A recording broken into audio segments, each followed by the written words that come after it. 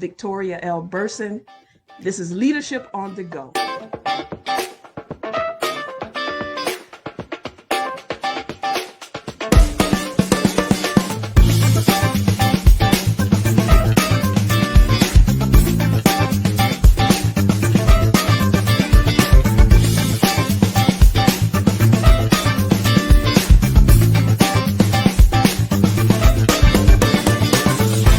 Leadership is not always preparedness for the unknown, but it is tapping into the unknown prepared.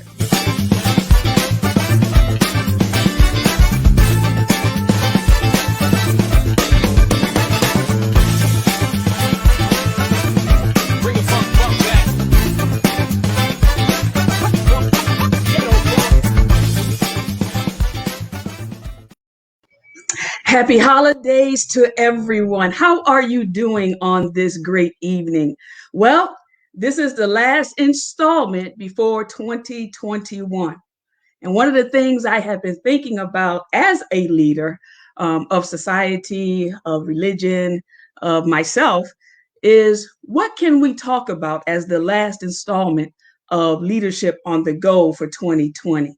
We got big things for 2021. But I wanted to kind of like catapult us into 2021 by discussing reinvesting in self. Reinvesting in self. Like, listen, I got some copious notes that I will be gleaming from and speaking with you on tonight. Listen, tag, like, and share all your friends, because this is going to be an extraordinary conversation that we are going to have together, although virtually, okay? Get you some paper and get you a pencil, because there are some great things that you would want to write down that has helped me in life, and I realize has helped other leaders in life as well. Again, this is Essentials Unleashed. We are a nonprofit company, and we are extending ourselves to leadership on the go, helping to develop leaders. You can be of any age, any ethnic group, but this is the last installment before the new year. So let's jump right on in. Reinvesting in self. Reinvesting in self. What does that mean? What does it even mean to reinvest in self? To reinvest simply means to reinvest simply means to put back in the same place, to put back into the same place. Isn't that extraordinary? So we want to reinvest into ourselves. We want to put back into ourselves in order to get a great return. Oh man, doesn't that sound good? Don't you want a great return on yourself? Don't you want a good return and reinvest in yourself so that you can make a difference in the world? Yes, everyone wants that. Everyone dreams that about themselves, whether quietly, whether overtly, let me put it that way, or covertly. We all dream of making a difference in one's life. And so we have to be able to reinvest in our own self in order to reinvest in the world. If we want to have a good return on ourselves, we need to rid ourselves of guilt and shame, guilty thoughts and shameful thoughts that hurt ourselves. We have to get rid of loathing thoughts, self-hatred. We need to remove all the roadblocks and obstacles of self in which we call, or I like to call, the crisis of self. And I want to discuss that and intertwine that with reinvesting in self, because there are some crises of self and they come out of fear, scarcity, guilt, shame, what someone has spoken to your life, what someone has said about you. And so we want to destroy and kind of like mute this whole crisis of self and focus on reinvesting in ourselves. And how do we do that? We start every day by affirming ourselves. We start every day by affirming ourselves. There's nothing wrong with affirming yourself. Listen, there's nothing wrong with affirming yourself.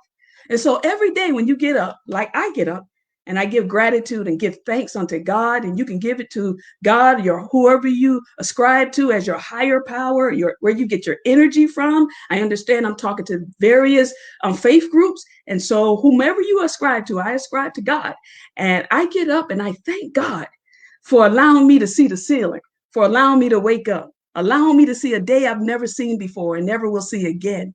I just thank God for those things and begin to thank God for things in my life that I'm very grateful for. Matter of fact, before I even go to bed, I try to, now I'm not successful every day. I don't want to sit here and say something that doesn't happen. But for the most part, I try to, before I go down at night and go to sleep, at least name 2 things I'm grateful for in that day or from that day. And so when we get up every day, we need to affirm ourselves. And if you don't know how to affirm yourselves, I said it before, just take a look in the mirror, get a mirror, or just wake up and say, I like myself. I like myself. I like myself. I love myself. I like myself. I like myself. I like myself. I love myself. You see how I put a smile on my face the second time? And the more you say it, the more it gets into your spirit, the more it gets into your inner person and your inner being. And so it's very important to affirm yourself every day. That's how we start reinvesting in ourselves on a daily basis. And so there are some principles, if you will, tenets, if you will, whatever we want to call them. There are some things I would like to mention that has helped me in 2021 get through all the unprecedented things, all the uncharted things that we have gotten through thus far. And let me tell you some things that have helped me. I had to learn how to jump with 2 feet. That's the first thing. Well, that's actually the second thing because we talked about affirming ourselves. I had to learn how to jump with 2 feet. We got 2 legs with 2 feet on them, most of us. And if you don't, you still can jump in your mind, right? I don't want to leave anybody out. You can jump in your spirit. You don't have the limbs, you can jump in your spirit. But hear me now. I have to learn how to jump in with 2 feet. I have been hopping along because I've been trying to jump in with 1 leg. Come on, somebody. I've been trying to jump in with 1 leg, and I had to learn how to jump in with 2 feet. No more hopping along my way. I had to jump. Doesn't matter if you jump 1 step, 4 steps, or if you jump off a balcony. Jumping, no matter how shallow or how deep, jumping is jumping. And when you jump, there is something invigorating about jumping in. And when I decided to resign from a particular organization and just jump in, not knowing where I was going, not knowing the next steps of my life, not really understanding where God was taking me, I just jumped. And when I jumped, can I tell you I was scared? Can I tell you and be honest, I was fearful? But I jumped and I did it. I did what Nike says do. Just do it. And I did it. I have been dreaming and envisioning my next steps and walking along with God and seeing my future, but too scared to jump into it. I know some of you have tapped into that what's next, but too scared to jump into it. Can I tell you, just jump with both feet. You will be so blessed and thankful that you did. Let's go to the next thing. Trust your gut. Trust your gut. Trust that inner voice that's in you. Trust your gut. Trust the message from within. Trust what God is saying within. Trust what your inner spirit is telling you. Trust your gut. Following your gut is a mindful act. Following your gut is a mindful act. It is a conscious and an unconscious spirit that is generating responses about what you are hearing about yourself. I need to say that again. Following and trusting your gut. Come on, somebody. Following your gut is a mindful act. It is a conscious and unconscious response that is generating about what you are hearing about yourself. That's why you got to jump, and then you got to trust your gut. You got to affirm yourself. You got to jump with 2 feet, and then you got to trust your gut. Stop second guessing what your inner spirit is saying to yourself. Stop second guessing what your inner spirit is saying to yourself. The next thing we have to do is follow your passion. Come on. We got to follow our passion, and our passion is filled with dreams and ambitions and aspirations and goals. It's filled with dreams and aspiration and goals. You got to follow your passion. Do you know that your passion leads you to your purpose? Without passion, you really have no purpose, because it is the passion. It's the things that you love to do. I remember watching, maybe it was Oprah, maybe it was Ellen DeGeneres. I can't remember the show, but there were people on there. I think it was Oprah. There were people on there who have wasted most of their lifetime, their adult life, following the passion of someone else, their parent, or what some mentor has told them. And they become, father was a doctor, so they become the doctor. And sometimes that's valid. That's valid. I don't want to discount that. I'm a preacher because my father really was a preacher, but I didn't become a preacher at first because my father literally believed I wanted to be a preacher at the age of 12. But my father said women weren't to preach. They were to speak. They were good speakers. And I bought into that. And how many of you have bought into what someone else has told you where to go, or driving you to what they believe your destiny is for you? And I know parents have great intentions. Father's a doctor, your mother's a doctor, and you want to be a doctor. Father is a lawyer or a construction worker, and you want to be that. But can I tell you, you need to follow your passion. Let me tell you an exercise that was taught to me, and it really works. It's really, I don't know, there's a science behind it. I don't know how it works, but if you would take a pen and a paper and you would write down the last 10 years of your life, chronologically going backwards, right? Reversing it. So if you start with 2020 and then you put down 2019 and then you put down 2018 and so forth, and then put down the things you like, the things you kind of like but really didn't, and then juxtapose those lists, I guarantee you will see an interwoven passion that you have about the things you've been doing since you were a child. It is not by accident that you have been created to think even from a childish state, right? And so even at the age in which I will be 58, I still look at the last 10 years, 48 to 58, and I go chronologically backwards. And I look at the things that bring me passion. And what brings me passion is always helping people to succeed, whether it's through leadership, empowerment, whether it's through life coaching, whether it's through teaching, whether it's through preaching a message, whether it's through pastoring. They all have the same interwoven message from my life: helping people to succeed, helping people to live with purpose and lead with passion. It all comes back to me as a leader, helping others lead other leaders. Being a leader of leaders is what God spoke to me many, many, many years ago. And I have lived into that, and I still continue to live into that. And so what is driving you? What is your passion? Because your passion leads you to your purpose. The next thing, take the time to take the time. Sounds easy, doesn't it? Take the time to take the time. Invest in your life's time, your life's work in your life. Invest in your time. Taking the time to taking the time means valuing your creativity about yourself. Take the time to take the time means valuing your creativity about yourself. What is your vision for yourself? Have you created a vision, not for a company, not any goals for an organization, not for a nonprofit, but for yourself? What is the blueprint for yourself? Take the time to take the time in valuing your creativity about yourself. How do you see yourself? What is the vision for yourself? I read somewhere that we are all artists, and I believe that. God is my architect, and God has made me an artist of my life. I have the ability to control my destiny. Come on. And you have the ability to control your destiny, believe it or not. Take the time to take the time. If the vision of yourself, the artwork of yourself is toxic, then the outcome will reap bad benefits. This is why shame and guilt must go. Roadblocks and obstacles, get rid of them. We're going to always have them, but don't let them determine your destiny. Right? Your past mistakes and past experience should never dictate your future.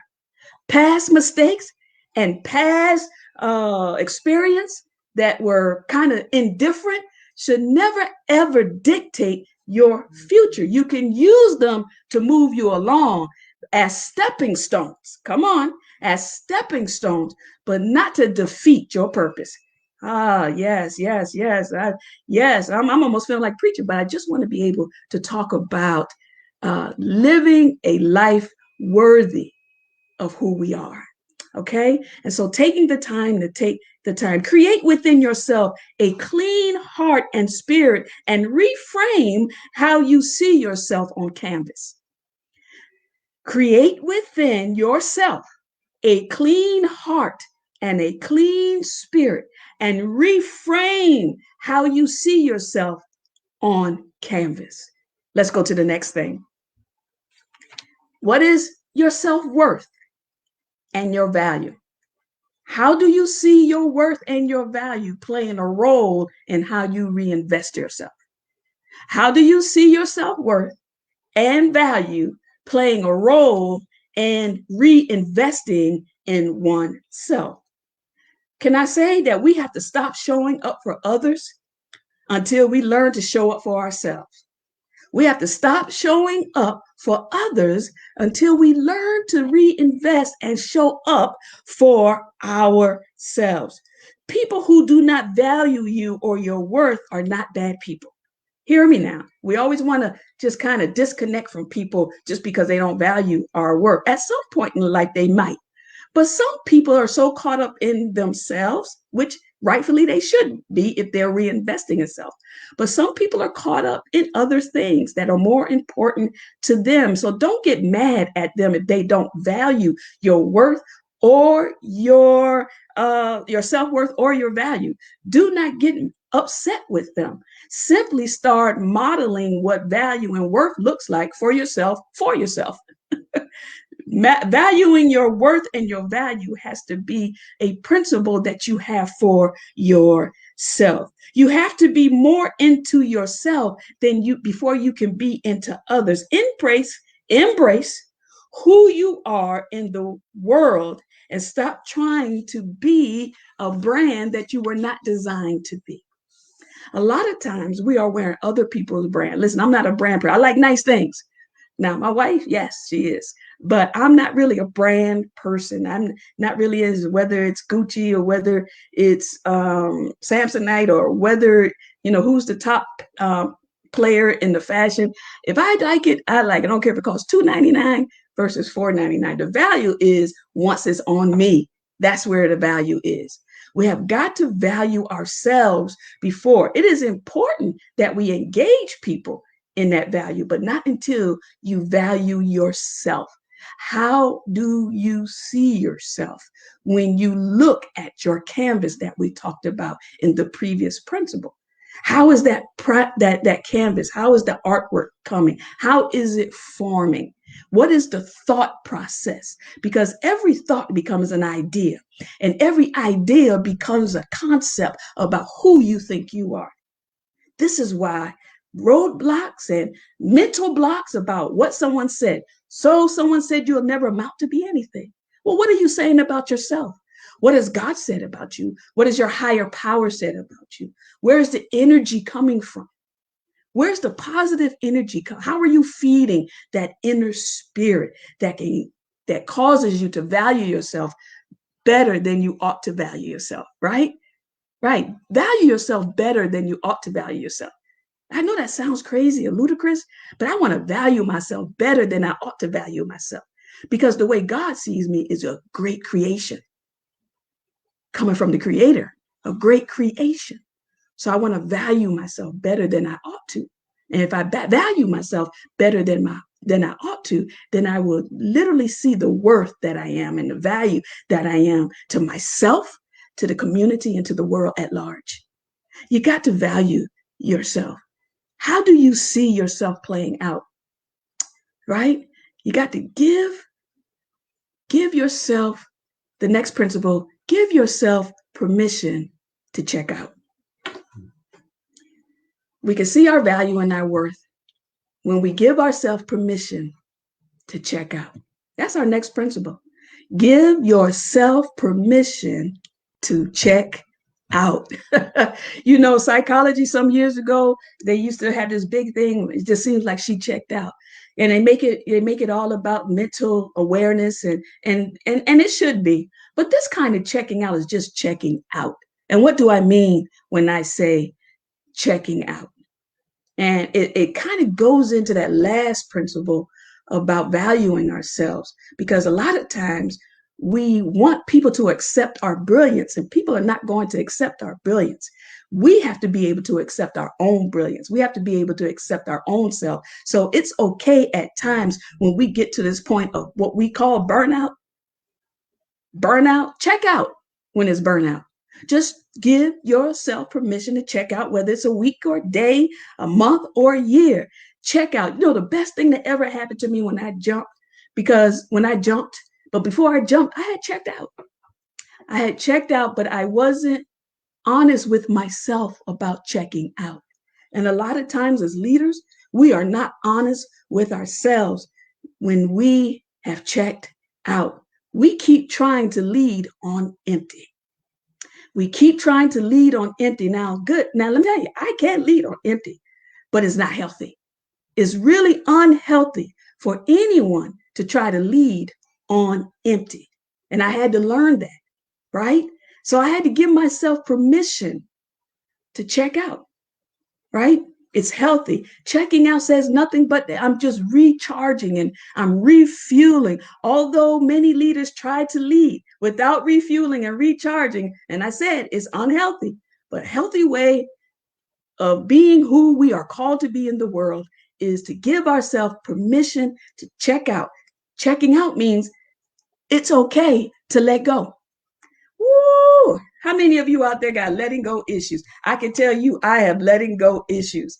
I remember, and I will say this openly, when I was in therapy, and my therapist would say, everybody needs a therapist. Every speaker, every preacher, every teacher, if you are a leader, you need a therapist, right? If you are leading people, you need a therapist.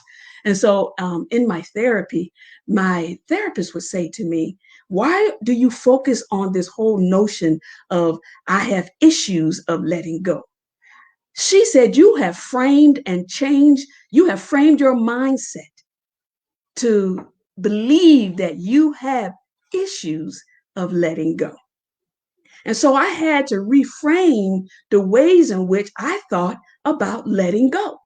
I had to stop saying I have issues of letting go. And I had to start saying things like, I wonder what I'm supposed to do next. I wonder how God is moving me forward. I wonder what my next steps are for myself.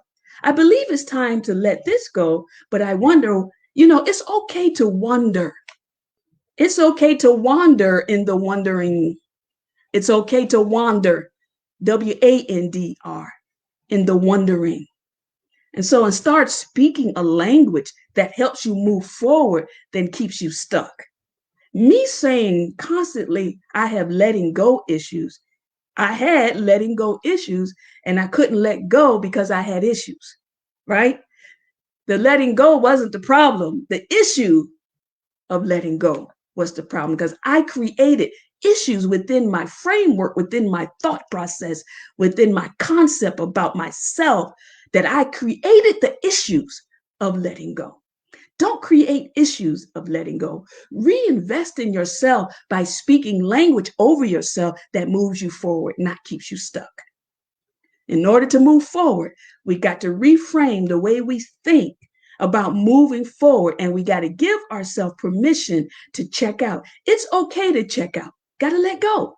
We got to reframe how we think about ourselves, right? And we got to speak a language about moving forward within ourselves.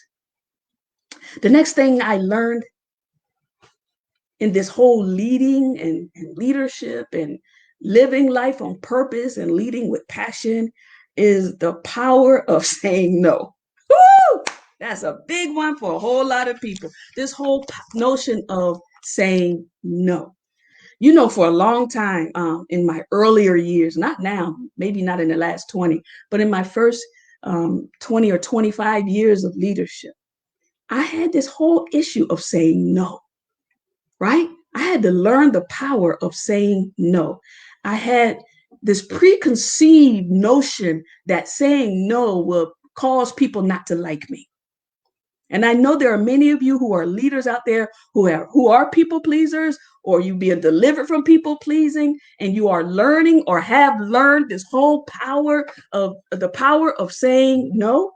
But it was something that took me years. And even when I thought I had it down, I didn't have it down, because I will allow, there will be triggers, and there will be triggers that will show up and have me behave in the ways in which I used to behave when I had the issue of saying no, right?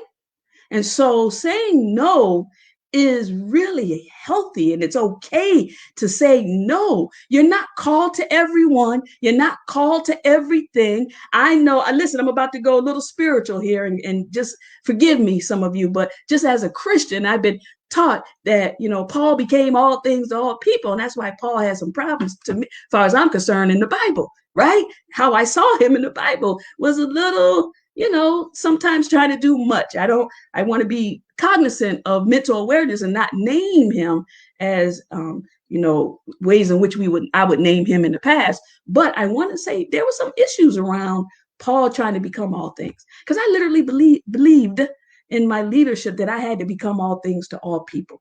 What I've learned about that is that I meet people where they are, but I'm not going to become something for them that they need me to become just to meet them where they are. Does that make sense? You need to be who you are. Just meet people where they are, but reinvest in yourself with the power of saying no. It is okay to say no. You don't have to fear not being liked. Can I say that again? You don't have to fear not being liked. I used to want to be liked in my first 25 years of leadership. I wanted to be liked. I wanted to be loved.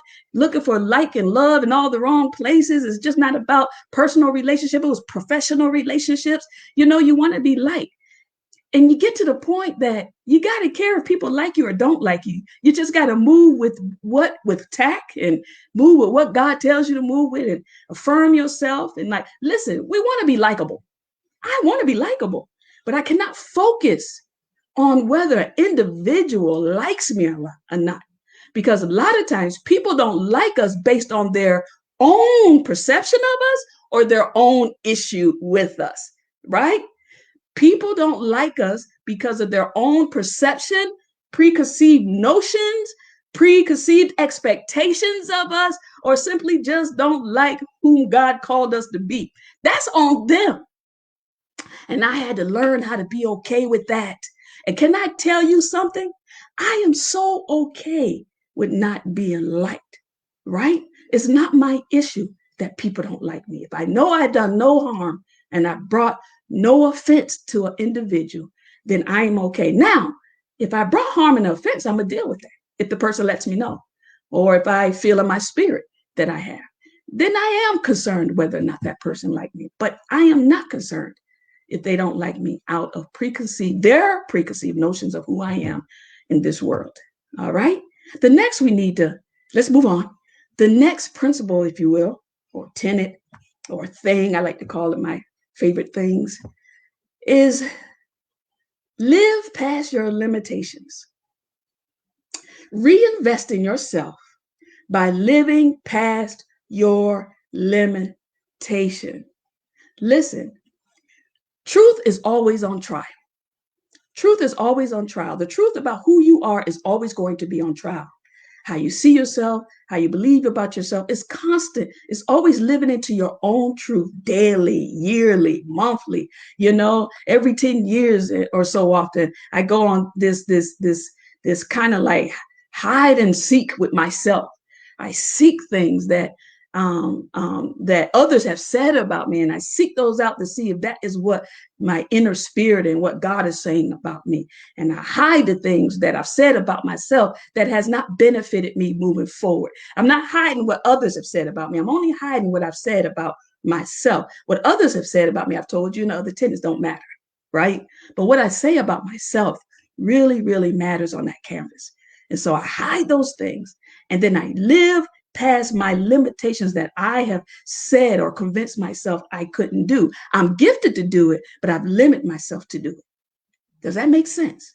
I'm gifted to do certain things in life that I already know that the inner spirit has spoken to me. But out of, again, scarcity or fear of moving forward, I have limited my limitations. But can I tell you, in this last year of COVID, we've all, I'm quite sure, have learned new ways of living and being and existing in society with this 6 feet apart and, and can't dine in, having to wear a mask. We all have learned new ways of living past our limitations, haven't we? We've learned because of COVID. We've learned that we can do some things amidst COVID-19. So we got to learn how to live past our limitations. Stop putting the seal on yourself when you are so full of potential. Stop putting the seal. There's a story to be told about the McDonald brothers and how I forgot, Eric Kroc, I believe, was the one who created the milkshake machine. I may have the story a little wrong, but there's a story to be told about putting the lid on.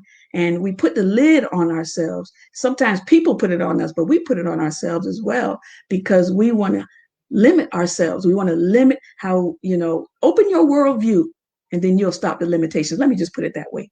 Open your worldview. I think one of our tenets is going to be having openness, right? And so open your worldview. The other thing is that we have to be open for change. Ooh, this is a big one. We have to be open to change and open for change.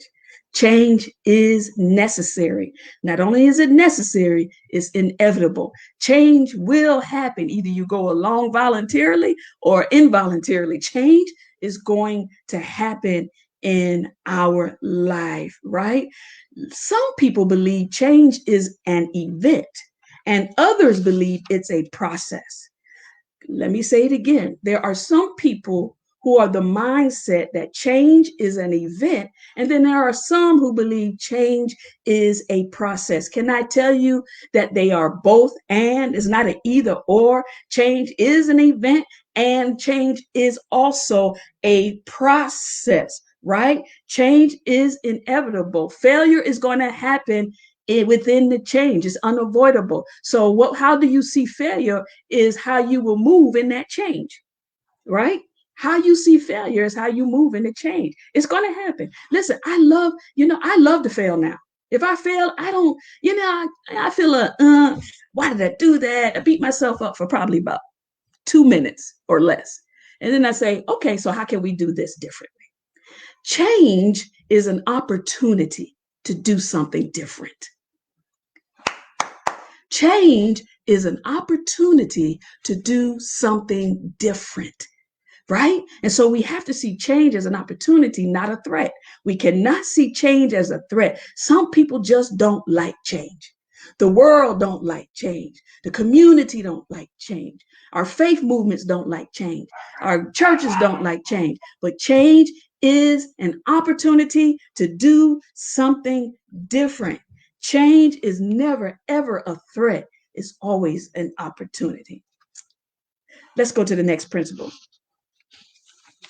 We got to learn, I'm going to get a little spiritual here. We got to learn how to tap into our faith. Whatever faith group you are part of. As a Christian, I'm going to say to other Christians and other faith people, however you tap into your energy, I'm going to call it my faith.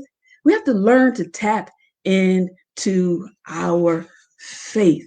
We have to understand that it is faith that frames our forward moves. We have to believe in ourselves. We have to have faith in ourselves. We have to believe the ways in which God says that we exist in this world. If God says that we're fearfully and wonderfully created, then we need to believe that. If God says that you're smart and you're intelligent, you don't need to juxtapose yourself to someone else's intelligence. You don't need to compare yourself to how smart someone else is. I don't care if someone has a PhD and you have a GED. Your intelligence is for your intelligence and the PhD person. Listen, can I say something? People who have a PhD, and I ascribe to get a doctorate degree at some point in my life, but people who have a PhD, or doctorate of education, or a doctorate of ministry, a doctorate of philosophy, whatever the doctorate is, doesn't mean they have a doctorate in everything in the world, right? They have a doctorate in a specialty. And so do not juxtapose whether you have a GED, an associate's, a bachelor's, or you have, you didn't even finish high school. Use what God has planted in you to get you to your next steps and make a difference in the world. There are so many stories of athletes and people we aspire to and we see as mentors, we see as those who we would like to be, that have stories of their own. Some are very overt with their stories, and some are still working on them. They're not ready to share that story.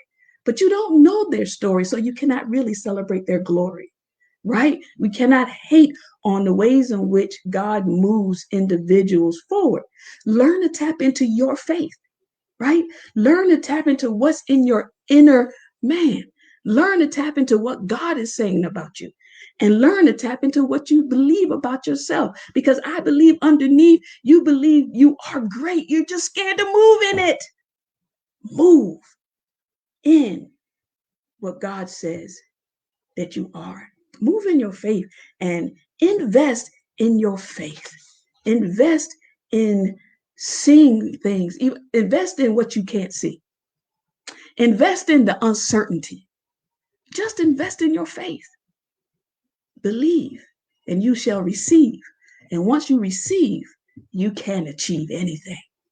The next principle is invest in your strength. I know I had a talk show about, this a little bit, but invest in your strength. Do you understand, as a leader, for every strength, there is a corresponding weakness. So we all have weaknesses. We know, most of us really do know our weaknesses, right? And I came up in the era in the 80s where they tell you, 80s, early 90s, to, focus on your weakness and, build on your weakness. Can I tell you that does not help at all? If you forever focus on your weakness, you will never build confidence in your strengths. If you're always focusing on your weakness, you will never build confidence in your strength. That's why it's important to invest in your strength. Whatever you're strong at, whatever you're good at, whatever you're great at, whatever you're confident in, build on that. Weakness have to come up. Confidence come up, weakness comes up with it, because for every strength, there's a corresponding weakness. So no matter the layer and level of your strength, there's a corresponding weakness. So when strength rises, weakness rises with it. So build on your strength, because you are forced to build on your weakness. Because weakness will cause you to live with that weakness and build on it naturally. But don't focus on it. Focusing on your weakness causes you to lose strength in your confidences, right? And so I want us to live to our fullest potential and our fullest greatness. But I want to read something here that I got from Miles Monroe. He's one of the great Miles Monroe, late Miles Monroe. He's one of oh my God, I just loved his work. But I just want to read something about potential and living to your fullest potential. Potential is always present, waiting to be exposed. It demands that you never settle for what you have accomplished. One of the greatest enemies of your potential is success. Woo! One of your greatest enemies of your potential is your success. God wants you to maximize on your potential that God has given you. God wants you to maximize on your potential that God has given you. God has given to you a potential that you have not yet seen. Don't accept your present state of your condition or your potential, because it is just that, a state. Don't be satisfied with your last accomplishment, because there are many accomplishments yet to be perfected. Since you are full of potential, you should not be the same person next year that you were this year. Never accept success as a lifestyle. It is but a phase. Never accept accomplishment as the end. It is but a mark in the process, because you are God's offspring, and there are many selves within you that lie dormant, untapped, and unused. Your primary problem is that you don't think that God, the way God sees you or thinks about you. So we have to see ourselves with the ways God sees us to move forward of potential. There are 4 things I want to leave you with real quick about all of these principles that's going to drive you forward to 2021. There are 4 key sub-principles to all of these principles. The first one is honesty. Always be honest. Always be honest to all the principles that I named. Reinvest yourself by always doing the right thing. Integrity outweighs opportunity. I just talked about opportunity, but understand integrity outweighs opportunity. Always be honest. Do the right thing. Secondly, always be curious about yourself. Always ask a lot of questions about yourself. Always reinvest in yourself with questions. Ask lots of them and then answer them. Be curious about yourself. Be honest. Do the right thing. Be curious. Ask a lot of questions about yourself. Be open. Be open. Choosing to be open is like opening our minds and our eyes to the answers that are already there. Choosing to be open is like opening our mind, opening our eyes, opening our ears to the answers that are already present. Be honest, be curious, be open. Lastly, be willing. Have the willingness to do. Willingness is an action. Being willing to stay in the forward mobility means moving forward. Being willing to take the next action and trust your thoughts means moving forward. Be willing to be led by the spirit within that creates a thought. And that thought leads to an idea. And that idea leads to concepts. And that concept leads to creativity. Be honest, be curious, be open, be willing. Be willing to do something different in your life in 2021. Be bold, be courageous. Be bold and be courageous. And listen, I am grateful to you for watching this evening, this installment of Leadership on the Go. Essentials Unleashed have a lot of great things coming out in 2021. Leadership on the Go is one leg of Essentials Unleashed. And we will have many, many wonderful lessons for next year. And we will have special guests every so often. But we will begin in February by relaunching Leadership on the Go. And we will start with installment series, Reimagining Leadership. Reimagining Leadership in 2021. Listen, it's been a wonderful year. It's been a crazy year, but I don't want to discount the blessings that I've gotten in this year. Don't you discount the blessings that you've gotten in this year. Continue to live and not simply exist. Do what you've been called to do, but the most important thing you've been called to do is reinvest in yourself. I hope you've enjoyed this installment of Reinvesting in Self. Listen, I want to go ahead and introduce Cara Solutions by Sue Webley. Sue Webley is one of my greatest, one of my co-producers in Essentials Unleashed. And so here is Cara Solution. Focus on your passion. Let Cara handle the rest. She is magnificent. She is wonderful. She does administrative work. She does business and consulting services for dreamers. She's a visionary for visionaries. She's an entrepreneur. Yes, she is. She's a faith and community-based organizer. So listen, she can do programs. She can write programs for you. Everything you need is at www.kar-solutions.com. So take a moment to write that down and give you about 10 seconds, 15 seconds to look at Kara Solutions. She is one who is helping brand Essentials Unleashed and Leadership on the Go particularly.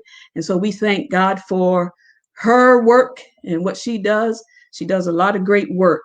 And so again, thank you. Thank you, Sue Webley, Kara Solutions, for doing the work you do for Essentials Unleashed. Listen, until 2021, remember, we will be launching a series called Reimagining Leadership. I'm excited about it. Reimagining leadership. I just want to give you a little hint. How well have you adapted to 2020 that you can move into 2021? Come on. It's going to be about adapting. All right. Thank you. God bless you. Happy holidays. Happy New Year to you. See you in 2021.